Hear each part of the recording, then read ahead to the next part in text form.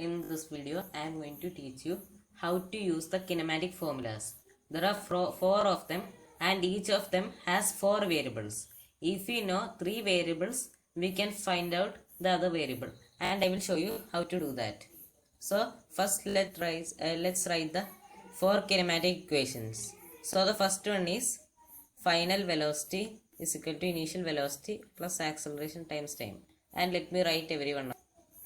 So we have the four equation and let's do a practice problem to use this information. So Mr. Lenny wants to skydive to his friend's house for a sleepover. He has to reach his house in 45 seconds by falling from an altitude. Find the altitude. And so we have a very interesting question right here. And so Lenny is a nice guy. So let's help him out. So we know a couple of things here. We know that Lenny is falling from a plane, and when he was falling from that plane, his initial velocity was 0. His initial velocity was 0, and he will keep accelerating downwards because from the acceleration due to gravity, which is negative 9.8 meter per second squared, and here it is negative because the person is heading downwards and the positive magnitude positive direction is considered as positive, is considered as upward. So we have two variables right here, and you might be thinking, where is the third variable? It is not described here, but you are wrong because it's right in the question. So we have to read every question carefully because there are hidden clues all our questions, otherwise you won't be able to find it. So the time for him to fall down is 45 seconds. It's right over here. So now we have three variables. We have the initial velocity, we have the acceleration, and we have the time. And now we want to figure out the distance.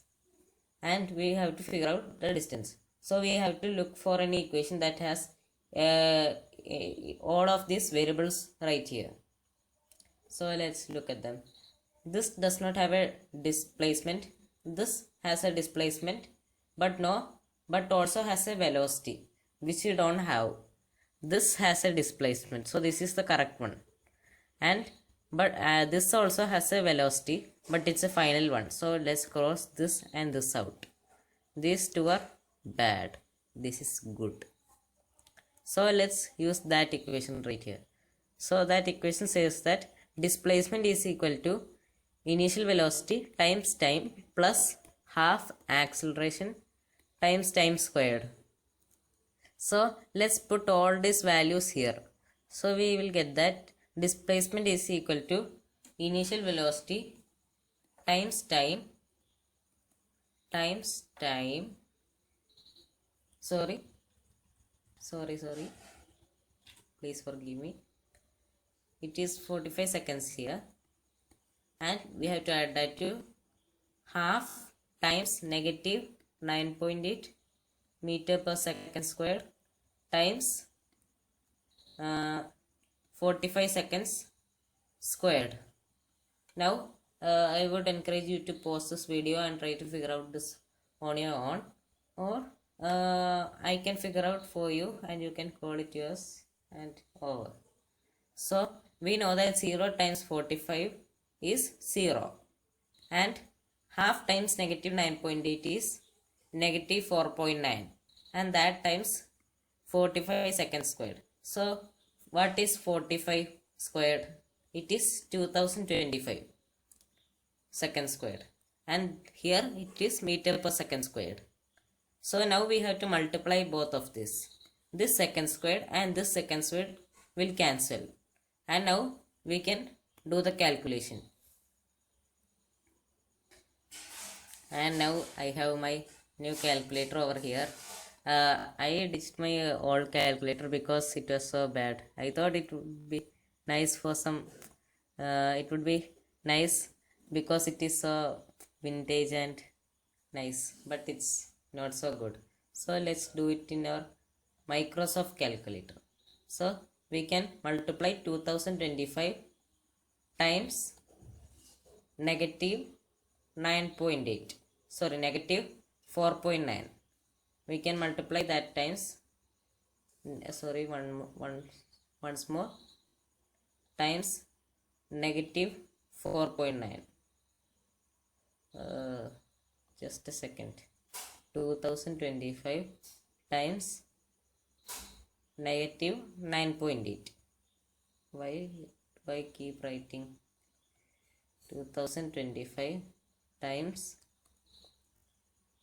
negative 4.9, and we will get 9922.5 meters, and the distance over here is negative because this person is heading downwards, and so as we discussed earlier, up is positive, down is negative, so this must be a negative value, and since displacement is a vector quantity, and now we can make this a in kilometers. So we will get 9.922 kilometers. And fun fact, this distance is higher than Mount Everest, just for a scale. And there's another thing, if you are falling from this height, you would instantly fall asleep without any proper suits or oxygen. So fun fact for you.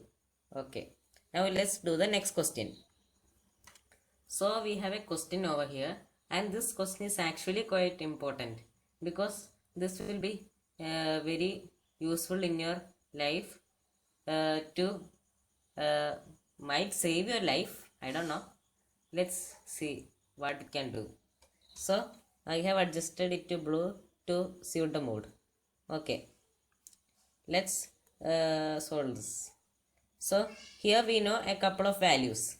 We know that sound's velocity is constant. It experiences no acceleration. So we know that its acceleration is constant, and we know that the final velocity is equal to 343 meter per second, and we also know that initial velocity is equal to 343 meter per second, and here the time interval is given, so we can write that as 10 seconds. And you might be thinking, there are 4 variables here, we can solve it any way we like, but there's a catch. Remember that, just a second, you might be thinking we can use the first equation, that is final velocity is equal to initial velocity plus acceleration times time. Here let's solve for time. So we will get final velocity minus initial velocity divided by acceleration is equal to time. So let's plug in the values here. 343 minus 343 divided by acceleration, which is 0.